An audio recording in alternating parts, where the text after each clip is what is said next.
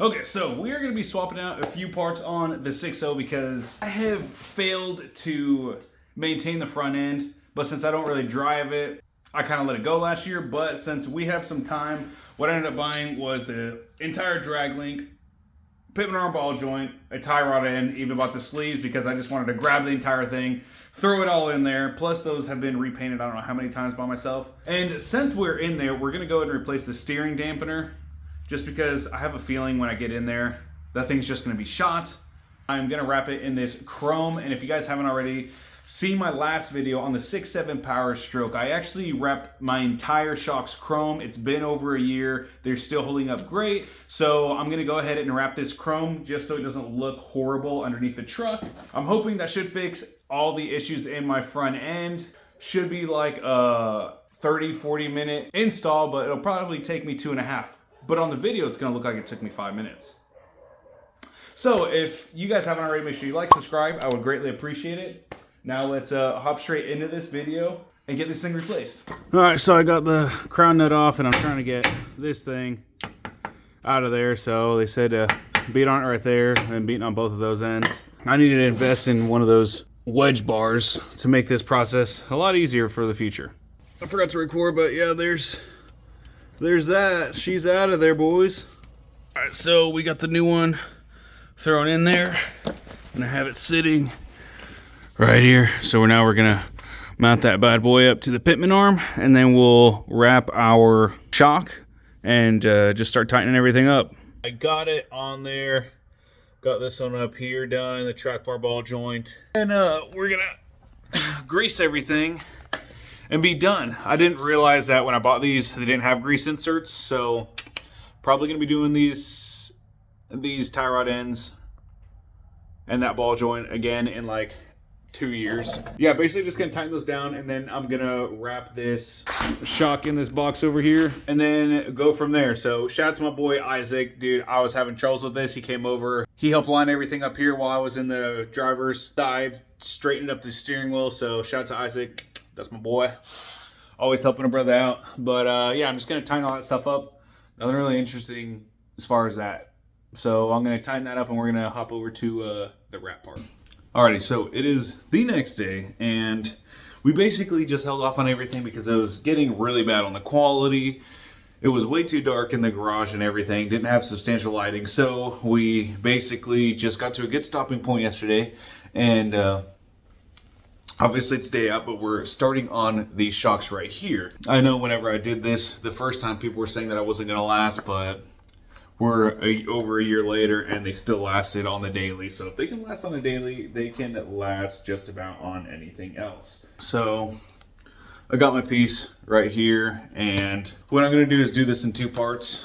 So we're just gonna wrap it from here to this end, and then we're gonna basically cut a piece that is this wide and wrap it from one end all the way down to the other. So it'll be kind of like a little 2-piece of a wrap. Believe me, no one's ever gonna notice this. I did have to leave this inside for a while to get it to room temperature, because if you just start wrapping on cold metal, it's not really ideal or whatever. I think it's supposed to be like room temperature or something weird like that. So I'm just gonna finish it by warming this up, wrap it, and then I'll show you guys the end results. Not gonna lie, these things kind of suck. This is one of the Bauer electric heat guns. Not a fan of it.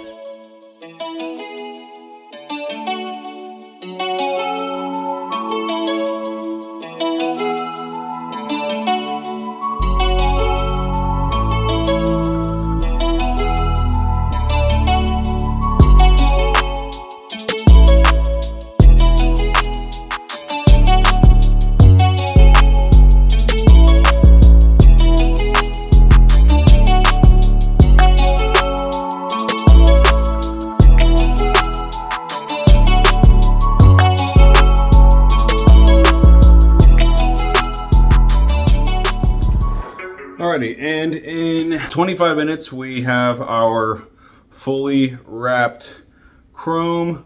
The only thing we didn't really get was this, but that's going to be covered, I believe, by a washer and bolt, so that shouldn't be an issue.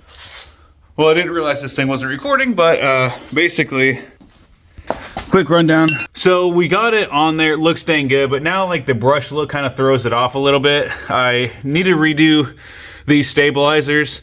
The last time I had them off, they were about shot, so I think the next time we do it, we're gonna go with the chrome clean look like we do on the 6.7. Overall, I just gotta tighten a few other things down, and then we have an alignment set up for Thursday, and then hopefully this thing will be driving nice and good by the end of this week, and it's been a while since it's driven this nice. I did find a little rat's nest.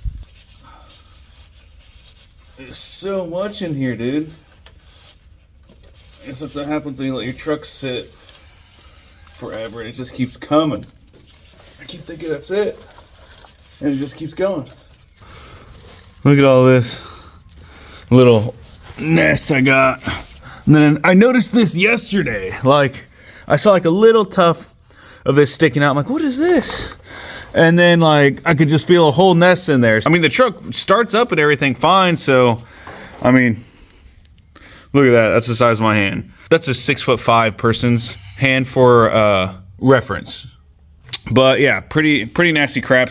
But I think everything's tightened up. While I was down there, I did use my Harbor Freight grease gun. This thing was pretty solid deal. They had a buy a starter kit and get a tool free, and that thing was like $150. Spent $60 on a tool set, and now I have an automatic grease gun. So went through, greased some of the U-joints, tie rod ends, ball joints, whatever, had nipples on it, and should be good. So let's back it out of here.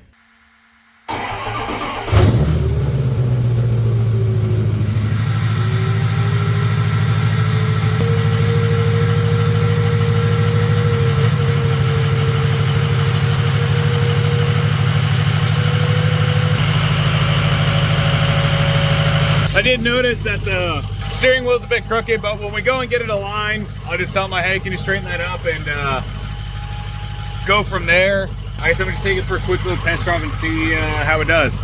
I can already tell the steering is way tighter. It was so sloppy in the very beginning. Like, I don't know, you could probably go back and forth on your steering wheel a good probably 3-4 inches on each side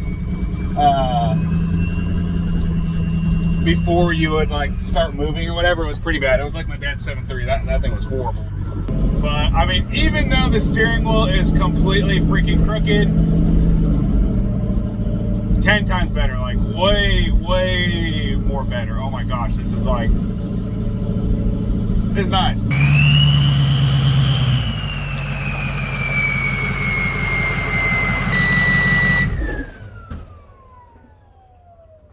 We are now going to look at this 6.7 Power Stroke. I've had a clicking in the front end. It's difficult to explain the noise. It doesn't do it when I'm turning. It'll do it sometimes when I'm going slow, or if I'm going at high speeds, you can just hear like a tick, tick, tick, tick, tick, tick, like a clicking coming from somewhere on the driver's side. I guess the best way to explain it is if you had a zip tie and it was hitting somewhere here on the rotor, it'd be like click, click, click. I don't know how to explain. It's just a weird little clicking. So we're gonna dig further into it.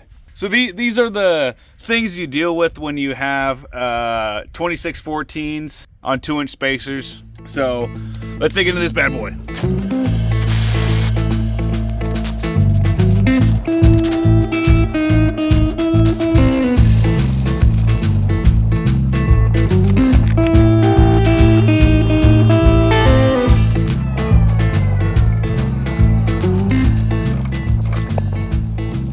All right, so fast forward a few hours, and that looks a little more different than what my time lapse showed. So as I got deeper and deeper into this, you know, I was just like, man, you know, I really need to figure out what's going on. So I made a post on my Snapchat asking you all if you've ever had this, the ticking noise and everything that we went over in this video, and people are like, dude, I'm really thinking that's a hub assembly. So the good thing about me making that post on my Snapchat is I got a free hub assembly out of it. And you're like, dude, how did you get a free $300 hub assembly for your 6.7? Well, the previous owner, Hayden, shout out to him, hooked me up. He's like, dude, I still have a warranty on a hub. Call them, give them my name and number, and see if they'll warranty it. Called, and they're like, oh yeah. So went over there, got a free part, threw it in the 6.0, which it still needs an alignment, but it did fine on the way to Joplin and back. And then brought it back here. So basically now we're gonna throw everything back together and see if our free hub assembly fixes it. If not, at least I have that reassurance of a new hub, and we scratched one of the most expensive things off the list. The next thing would be the axle shaft, the lock, or the lockouts. I really think that it's gonna be one of those two things, but I'm really leaning towards it being this hub assembly. Now we're gonna time lapse, throw everything back together, and grab our back tire and throw it up here to the front and finish our rotation and see if that solves our problem.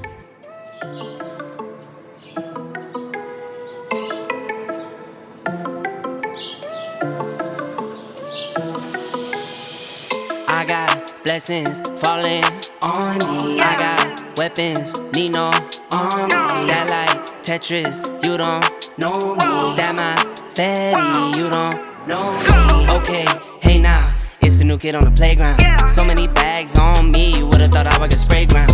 Now they know I don't play around. I can hear what you're saying now. I just doubled up my flight miles. Coast to coast, no they ain't in town. I get rich, watch, then I get a sick watch. Watch me hit the top, I might make a TikTok. Left hand, right hand. All right, well, I got the tires rotated from the front to the back. We're gonna see if that solved our issue or not, or if we wasted our day. I'm not hearing anything, so I think we got it fixed. So sweet, we got a hub that was on its way out replaced, which is good because this is our tow pig, and you don't want that. You don't want your daily / tow pig to be having any problems. And fix the front end on the 6.0 and set up an alignment today. My neighbor, very nice guy. Very big relief, and that just goes to show, like, take what everyone's opinions are for, like, as a grain of salt, or like a grain of salt, however that saying goes, because I had a million people tell me it was my axle shaft, my U-joints, my drive shaft, my rear drive shaft, my hub, they said a million things, and it ended up being the hub assembly. So, I mean, I'm glad we got that figured out, and now I know for reference, and hopefully this helps any of you guys if you ever have that kind of issue out. So I hope this guys also shows you that I'm still working my stuff. I literally am working in the freaking mud. That's exactly where the truck was at. Don't let social media fool you on how you perceive somebody to be. Someone sees a nice truck, you know, 2 nice trucks, my gooseneck, and all the stuff that I have, and think, oh, this guy's got it made, this guy's this and that. You never know what someone's lifestyle actually is outside of social media. So don't put yourself down thinking like, oh, this guy's so far ahead of me, he's doing so much better than me. I mean, you probably have a nice shop. You probably have 50 acres you're sitting on. Yeah, you might drive something stock, but you're ahead of me in other ways that I wish that I could be in the position you were in today.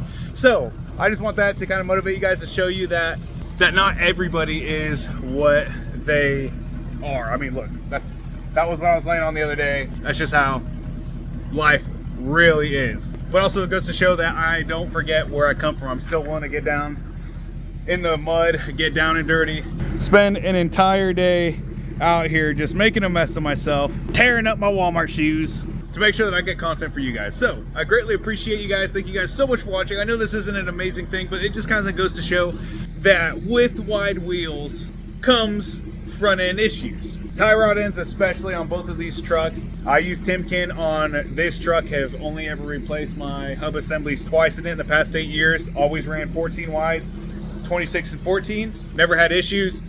When I spoke to the previous owner about this truck, he said he had replaced it at least 5 times that he knows of in the time of owning that 2014. And the same thing with my buddy Danner. He also, I'm not kidding you, said the exact same thing. He said, I'll probably replace 5 of them in, like, I don't know, a span of a 1.5 or 2 years, something like that. Whereas I've only ever done 2 on this one. So brand does matter with hub assemblies. I would have never been the one to have said that, but I'm the type of guy that thinks that all parts are the same. But in this instance, it really does matter. But we'll see you guys on the next one. I greatly appreciate you guys for supporting me. And if you stayed till the very end, drop a comment down below and say finish !